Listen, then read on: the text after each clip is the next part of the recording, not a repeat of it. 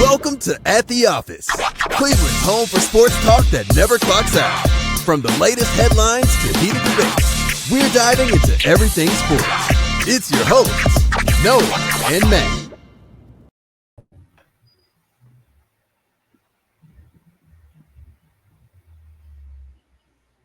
Cleveland, welcome into the office, the show where we talk all things sports. I'm your host, Noah. I'm joined by my co-host, Matt, and you can join us at the office too. Comment on YouTube, Facebook, or X, or text the show. Call the show. You can call the show. There's a number right here. We'll put you right here live on the show if you'd like. 216-260-3433. That's 216-260-3433. Matt, buddy, how are you doing, man? I'm wonderful. I'm excited. Got a big thing going tonight. Look at us all cute, matchy for the national championship. The Cavs are at halftime right now, leading the Phoenix Suns. That's great news because the Cavs have been looking good despite losing horribly to the Thunder. Matt, what was your reaction to that Thunder loss real quick? I mean, I was kind of surprised to see how ugly it was, given the fact that they were missing their bigs. But kind of like we've talked about a few times on the show, you're not going to win them all, and the Thunder's a very talented basketball team, so they have the capabilities to win them big. It just sucks it was against us. Yeah, for sure. I'm with you. It's the NBA. It happens, unfortunately. But I was really amped for that game just for it to turn into being absolutely nothing, you know what I mean, and us getting blown out. And I didn't even watch the full game. I think I turned it off in the third quarter. But that's neither here nor there. We have some really important stuff to get into. We're going to do our first Browns mock draft of the offseason. One last thing I want to ask you first, though, Matt, is what are your thoughts? You know, we've been doing on our other show, our Wednesday show with John and Eric, our predictions, thoughts, all of that with the college football playoff. Ohio State, Notre Dame tonight. What's your prediction, man? Off the rip, my prediction is a 38-24 Ohio State win. Why is that? I'm very confident in the Ohio State offense, the way they've been playing in the playoffs. They look very good. I think our defense is one of, if not the best in the nation. There's a lot of good defenses, though. I don't know if we're the best. On the other hand, though, you know, the national narrative has kind of been Bucks by a million for the last week and a half. And I also, nobody's given Notre Dame enough credit in my mind. I do think we're the better team on paper, but that Notre Dame defense is a lot better than people are thinking. And their DBs are going to come to play. And it's not going to be easy to throw for 300 yards against them. Yeah, I'm with you on that. I said this on the show on Wednesday. It makes me a little bit nervous with how much it has been Bucks by a billion, Bucks have the spread, all of that. Still feel confident, but maybe it's the Cleveland sports fan in me a little bit that's nervous that we're going to go out there, shit the bed, and lose the national championship after what has been such a great run for the Ohio State Buckeyes. Listen, I could talk and be excited all day. We all know when to watch it. We all know when to tune in. Let's get into some of our Cleveland topics today because I think there's some interesting things we can get into, such as our first version of our Cleveland Browns mock draft. College football season ends today, so why not get into it with a mock draft? Matt, I had you give me your picks. I had my picks put together. I want to go through this. Are you ready, man? I'm ready. Let's get into it. Matt, give me your picks for the first round. So the first round. Round 1, pick 2. The Cleveland Browns select Abdul Carter, defensive end, Penn State University. So why do you have them taking Abdul Carter? To be completely fair, this was, thrown out as a prompt with no trades.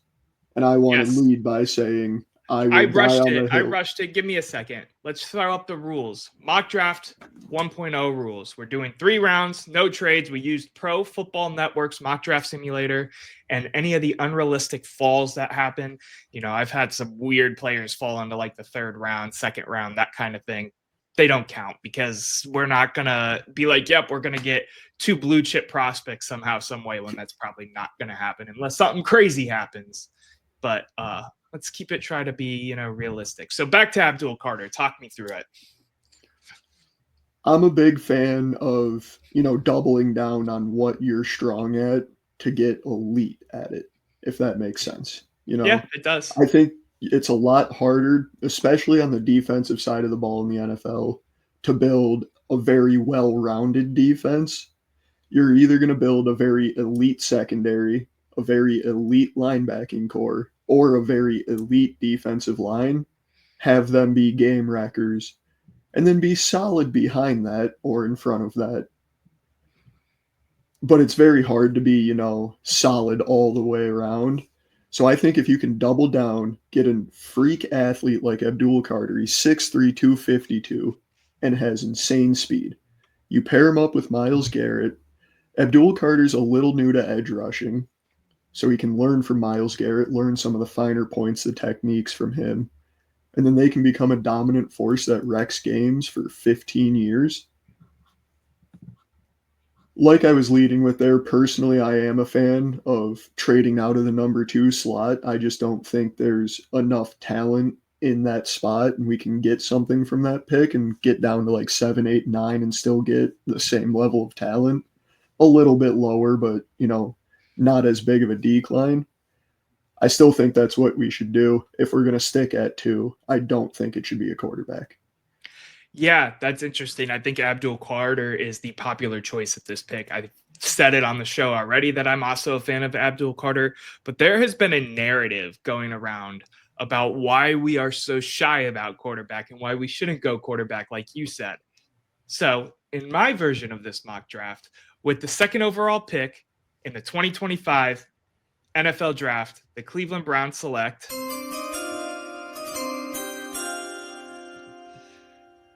Cam Ward, quarterback, Miami. Now, I know the dichotomy, everything that's going on with this quarterback class right now. It's weak. Shador and Cam are not the guys that they would be in this draft, in terms of being top picks if it were any other year. Cam Ward, to me, has all of the intangibles of arm talent and awareness, understanding of the game to be a franchise quarterback in the NFL. I've also been on record saying that if the Cleveland Browns think that their franchise quarterback can be in this draft, whether it be Shador or Cam Ward, you have to go get him. I get that there might be more talented players on the board, but we can't overthink ourselves out of a chance to get the next Jalen Daniels. People say that he's not here, but I'd argue that people didn't think Jalen Daniels was Jaden Daniels last year at this time, and look at what he is now. They're in the NFC Championship. I'm not saying Cam Ward is that guy. I'm not completely co-signing it, but round 1, mock 1, I'm taking Cam Ward because there is a need at quarterback at this team. And if the Browns think there's a guy here for them to get, they should go get it. Matt, what do you think of my pick, man? I absolutely agree with if the Cleveland front office is sitting there and they think one of the guys is the guy, they need to get him. You're absolutely right with that. And kind of like you hinted at a little bit there, but more so deeply for me, I just don't see it in any of the top guys this year. But if the front office sees differently, they got to take their shot, like you were saying. See, here's my thing, too. We're going back to the Kevin Stefanski level of scheming, right? It is a very in-system, in-rhythm type of thing for a quarterback to go into. It's not a lot of improvisation and extra thought process. We're talking play action. You have read 1, read 2, if not, get rid of the ball type of play. I think a guy like Cam Ward in his first couple years in the NFL could benefit from something like that because I think the talent's there to be one of these, fantastic improvisation, Patrick Mahomes behind the back while he's falling with a broken ankle type of quarterback. But in his first couple years, as he continues to grow, as he went from Holy Name or whatever it was called, it was his first school, to now I'm going blank on it, Boston College to now Miami. as he's climbed the tiers of this could be the next step of his tier, is a Kevin Stefanski system where he gets the keys slowly and slowly. It's like he gets his driver's permit and then he gets the license. I could see it working out. Cam Ward's my favorite quarterback prospect in this draft. Browns need a quarterback. Fans are screaming draft quarterback online. So that's where I went. Matt, where are you at number 2? For round 2, I should say. So in round 2, pick 33, the Cleveland Browns select Trey Harris, wide receiver, Ole Miss. So give me your background on this, man. I'm curious, Trey Harris. He's 6'3", 210. Physical specimen. I will admit, before I get too deep into him, I only got him here in 2 out of the 4 mocks I did. Mm-hmm. So you might be able to consider this a little bit of a fall. He could definitely be gone. I would give you credit, though, following the rules. 2 out of 4, that's a good thing. And, we're doing it without trades as well. And it's very easy to get back into the later rounds of round 1 if you're really in love with a prospect. You're talking maybe a 4th and your 2nd round pick to go up back into round 1. So I won't discredit your pick here. You're good. Keep going. I've kind of followed him a little bit all throughout this season, just being a retired, washed-up wide receiver myself. I like seeing freak wide receivers come through. He is elite at the point of catch. Everywhere you look up, his draft profile, one of the taglines is always vice grip hands. He doesn't drop the ball. He knows how to use his body to open up defenders and manipulate a defender into getting them where he wants them, to get around them or get past them. And he plays with a very heavy dog mentality of, I'm going to come out and I'm going to be the bigger man here. He reminds me a lot watching tape of Mike Evans. He's a little bit smaller than Mike, but the way he plays the game is just eerily similar to me. I honestly am really in love with him, and I would like to see Cleveland maybe even move up to get him like you kind of talked about. For sure. I could see him being a good fit here. As you'll notice with the theme with my draft, I think and I'm very much there for best player available, but we have a lot of positional needs in this draft. And my round 2 pick 33's pick will make sense with that comment in a second. So with the 33rd pick in the 2025 NFL draft, the Cleveland Browns select Ariante Irsay, offensive tackle, Minnesota. Big dude, big number 69, fantastic player. He has the size to be a tackle in the NFL. He has fallen down draft boards because of his, background in Minnesota, that kind of thing. I think he's a good fit here. I think with having a new coach from the Callahan coaching tree coming in here to teach him what to do, I think he is a great pick here at 33. He technically, in a lot of mock drafts, go a little bit later in the second. So maybe this is a trade back scenario where we get some more capital for the following years, or even in this year, if there's a lot of prospects we want to go after and really load this team with some youth. I just think he's a good pick here, a good potential starting tackle in the NFL. What do you think of my pick, Matt? I mean, I like it. I absolutely agree that, we have some offensive line needs. And, it's kind of funny how you rolled that, because my next pick is addressing a very similar need. I mean, I think that's something we definitely have to look at this offseason. We're only getting older and less healthy at the position. It's time to bring in some new talent. Yeah, I get you, Ben. That's kind of the thought process here. We'll see how things continue to shape up in terms of this tackle class, because a lot of the top tackles are projected to be guards right now. So will that mean for someone like Ariante Irsay, they move up a little bit because they look like a true tackle based on size? Remains to be seen. Really excited for the combine and when we can actually really get into what these prospects have to offer. Matt, what's your next pick, man? So now we're moving into round 3 with the 67th pick in the NFL draft. The Cleveland Browns select Emory Jones, offensive tackle, LSU. I like this pick here. I think he is another guy that could be and could climb the draft boards as things continue. Give me your breakdown on Emory Jones. He's a very aggressive, powerful player that one thing that, a lot of scouts seem to be blown away with is his over aggressive first punch. Not over aggressive, but a very powerful first punch. Pretty much the biggest downsides I was finding on him was he needs to improve on his footwork and fine tune his game and, the little aspects of it. Right. He's a bigger guy, so he can kind of, be running in mud a little bit at times. For sure. But those are all things you can work on in the NFL and, NFL strength and conditioning, stuff like that. I could see him developing. I mean, look at how DeJuan Jones played into our team.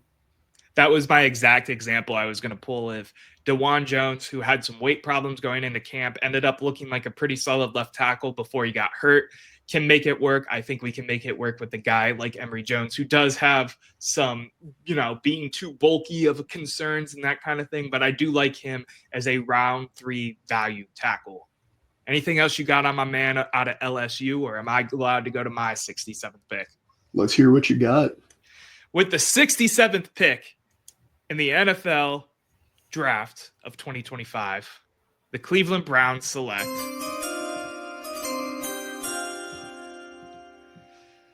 TreVeyon Henderson, running back, Ohio State. Listen, I think this, and this isn't a shocking statement to make, but this running back class is deep for the NFL draft this year. A guy like TreVeyon Henderson, right here towards the beginning of the 3rd round, makes so much sense for a running back needy team like the Browns. Pair him up with Nick Chubb, let them split the carries, let him learn his own.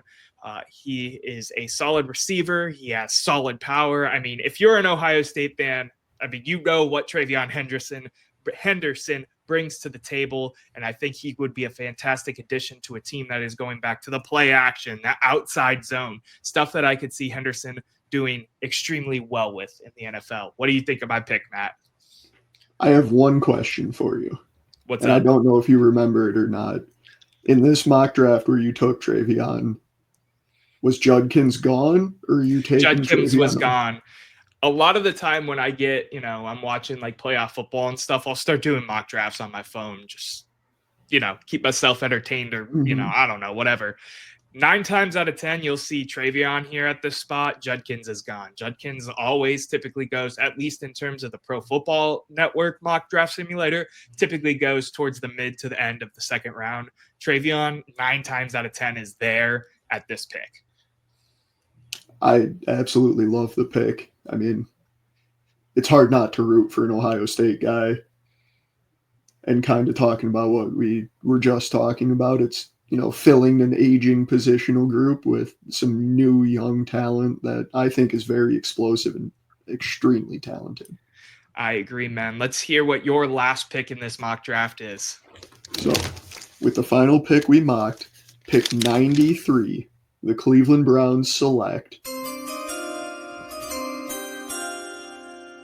national champion Will Howard, quarterback, Ohio State. So give me your breakdown on this, man, because Will Howard, to me, is a very interesting draft prospect. And in another mock draft where I say I follow your route and take Abdul Carter first overall, or Mason Graham, one of these big names, Travis Hunter, Will Howard at this 93 spot makes a lot of sense to me. So I'm curious your breakdown on Will Howard, especially as a Buckeye fan, because I feel like we've had our ups and downs with him for sure. And you know what? I'll start with that. We absolutely have, had our moments where I would rather have had a running back playing quarterback. That's not true. That's an exaggeration. But I think one of the biggest things he's shown, though, is the ability to rebound, especially against some of the best competition he's played. He goes out and doesn't look great against Michigan. Granted, nobody did. And now he's lighting up the playoff field.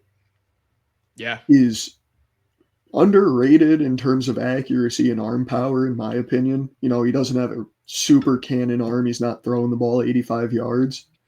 But he can zip it in there. And he is very accurate. I don't think he gets enough credit for how accurate he really is. I like him as a solid developmental, bring him in, don't expect much out of him right away type of piece. Almost a DTR, but at a more premium draft position with a lot more upside, right? Will Howard has had an illustrious college football career in terms of what he did at K-State, what he's doing at Ohio State right now. He actually has more wheels than you would expect as an Ohio State fan because we don't run him as much as K-State did. So he has some improvisation ability there to get out of the pocket when things collapse. I like Will Howard as a prospect in this draft specifically because of how weak the class is. A guy like this has the size, has some arm talent, not the best arm talent in the world, has improvisation skills. Bringing him in and pairing him with Tommy Rees, I think could make a lot of sense for a Browns team that I think would cater to his abilities in a way that other teams in the NFL would not. Yeah, I think you're dead on with it there. He would fit kind of the old Kevin Stefanski system pretty well, I think, and kind of be able to mold both ways the system to him and himself to the system. And, I wouldn't be a day one step in and take us to the NFC Championship pick. Or the you AFC just said champion. NFC, I AFC. Good job, yes. Asshole. Anyway. All right. But yeah, I think, like you said, this would be a pick we make if we know we're bringing in a veteran quarterback or somebody through free agency. Like, maybe bring in a little competition, but also who knows what he does and if he could be the future. Something like this goes back to what we've talked about with quarterback. A Will Howard, Kirk Cousins, Kyle Trask conglomerate at the quarterback room, I think could make some sense. And you could grab a veteran, and I mean veteran as in they've been in the league already, that is higher than Kyle Trask, for example, a Jacoby Brissett or what have you, and have that be your quarterback room. But if you're going that route in terms of quarterback, I think it makes sense. I'm going to go into my final pick. We are having some fun with this one, but it's going longer than I expected, and I'm totally okay with that. Mock drafts are my shit. With the 93rd pick in the 2025 NFL Draft, the Cleveland Browns select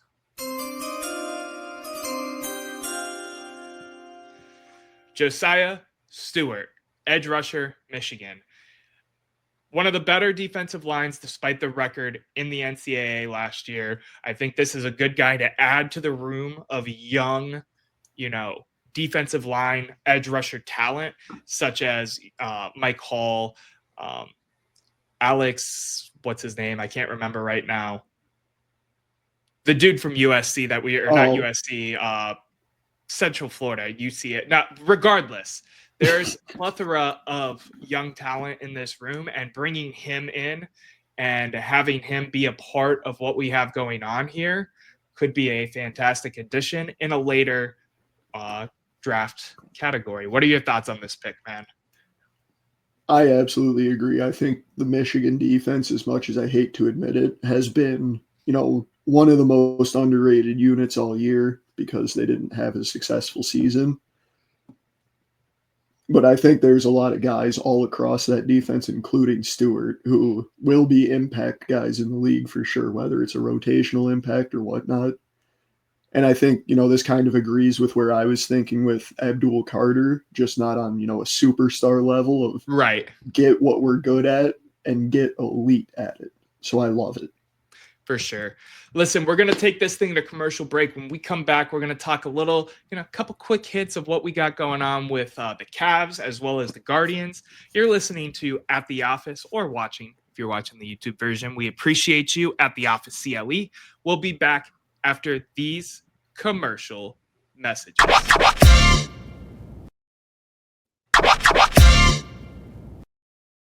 And we are back at the office talking all things Cleveland sports. Please, don't forget to hit the subscribe button or hit the download button if you're listening to the audio-only version of the podcast. Also, drop us a comment whether you're watching the live show or the uploaded show after the fact. We'll get back to you. We love interacting with the people who are watching our videos and listening to our podcast. Check out our merch store at the Office CLE. Matt, come get your damn merch. It's been 3 weeks now. At theofficecle.com. Lastly, shout out Bands for Sports Network for everything they do in supporting us. Matt, trade rumors were going wild online because it came out that the Cavs were interested in one forward, Cam Johnson of the Brooklyn Nets. What do you think about adding someone with the heat that the Cleveland Cavaliers are right now? And what do you think of Cam Johnson as a basketball player? I open the mic to you, man. So to answer the first question, I think if we have the opportunity to add a player that can help the team, it's a no-brainer to do it. I feel like that doesn't really need me to say that to anybody listening to this. So, I mean, obviously, if we can add a dynamic, explosive player to our roster and not make the roster worse in doing so, there's no reason not to. I think Cam Johnson could be a very good addition to this Cavs roster. However, I would be heavily against a trade for Cam Johnson right now. Why is that? As of, roughly 4 or 5 hours ago, you start to do a little research into, the trade rumors and all that flying around. And it sounds like they've just been constantly upping and upping their asking price for the man. Yeah. And I don't want us to get into a point of, sorry. I don't want us to get into a point of a bidding war against ourselves or the other team, and we end up way overpaying because of the start of the year we've had. I just don't want to burn our future to go all in on 1 year when we're kind of in the first year of what I feel is a window, Yeah, I get you, and I'm with you 100% on that, actually. I don't want to sell the house for Cam Johnson. I think this team has shown the gel and the ability to already be an NFL. I'm still got the draft on my mind. NBA Finals team.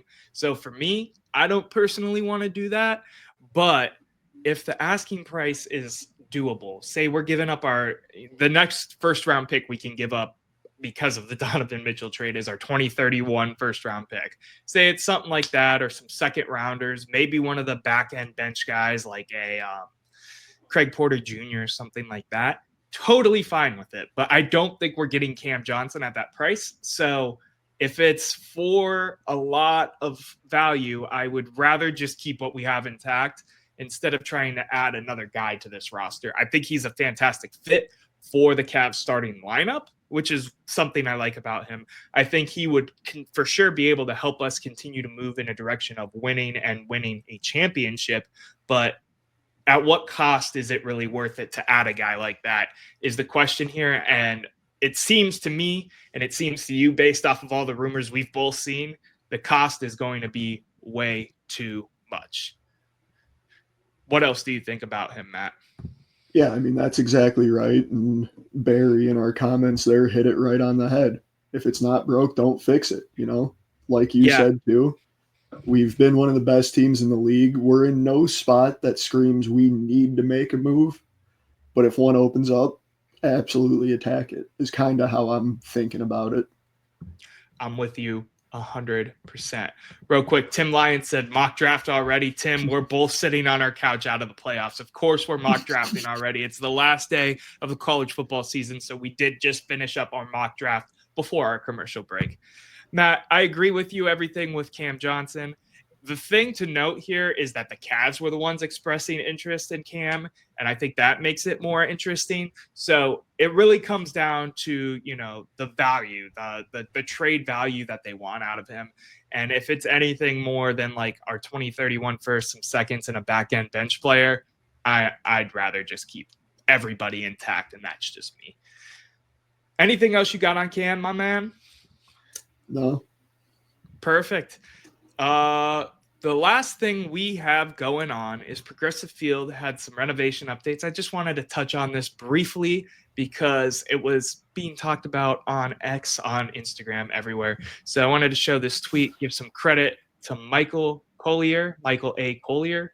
Looks like some of the upper deck seating at Progressive Field will be forming the Diamond C. So for those who are listening and not watching, it's the direct behind home plate in the upper section. So the 500s of Progressive Field. There's a little C that's going in the seats. Matt, how do you feel about that design direction? I don't hate it. I think it's so much of a missed opportunity to do like CLE or Cleveland or, something a little more than just one letter.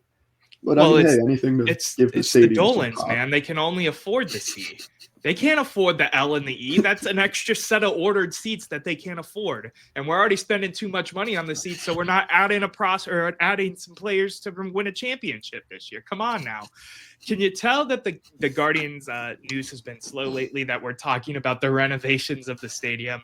I do think it's interesting. I'm excited to see the upgrades in person, because the upgrades from 2023 to 2024 were super cool to see in person. And I think 2024 to 2025, when the whole project's tied together, is going to be even more awesome. Have to give the Dolans a little bit of shit there just because. Also, I couldn't find a picture, but I was actually in the parking garage, connected to the Q and Progressive Field yesterday. And you were able to see over where they had the Guardians banner, where that bougie club with the glass fittings used to be. That looks like it's getting close to being done. I'm really excited to see what that looks like, and to see if people like me and Matt could ever get in there just to see what it looks like. So really excited to see what happens with the Guardians Stadium, and hopefully they spend some goddamn money. Right, Matt? Ideally, but we both know it's not going to happen, so I'm not getting my hopes up. Let's go to final thoughts, hot takes. What are you feeling to wrap up our show, my man? If Ohio State wins the national championship by 100 points, and we wake up tomorrow to news that Ryan Day is fired, I will still be the most excited man on the planet. There's nothing he can do to save his job in my mind. Wait. You're still on fire Ryan Day if we win tonight? Absolutely. Why? He's not a good coach. He's got the best roster in football. If he wins a national championship, I think that constitutes being a good coach, Matt. He's got the best roster in football. I mean, yeah, cool. He won a national title. That's insane. And I feel like you're just trying to rage bait me right now. So I'll go to my final thought. Okay, whatever. I'll go to my final thought and take. My final thought and take is the same final thought and take I've had for the last 2 weeks, because damn it, it is the last day you can go vote for the Cleveland Cavaliers to go to the NBA All-Star Game. We have all 4 guys on the leaderboard, and I want to see all 4 of their beautiful faces. The Fro, I can't come up with one for all 4 of them. I want to see the Fro there, and he's the lowest on the board. So get the Fro into the All-Star Game. Go out, vote. Last time you can do it. And just a reminder to all the people who are watching our show, we are doing a Donovan Mitchell jersey giveaway. Want to win the jersey? All you got to do is follow us on X, YouTube, and Instagram. If you repost any of the posts on X, I'll give you an extra entry as we try to continue to grow the show and give you guys some dope stuff as we can and as we see fit. Matt, you got anything else for the people real quick? Barry says, come on, dude. Bad coach, LMAO. Tim Lyon says, go Irish. Me and Tim have a $50 side bet on this game. So go Bucks, baby. Matt, what else you got? Anything for the people? O-H. That's all I got. I-O, baby. Thank you for joining us at the office. If you're listening to the audio-only version of our show, remember to subscribe or hit the download button. Check us out on all social media. You can see it above right here at the Office CLE. TikTok is no longer banned, so go check out some of our clips, some of our vlog content over there. Lastly, shout out Fans First again for everything they do in helping support us. It has been a lovely day. Have a great day, night, whenever you're watching. And until next time, Cleveland, stay up. Peace.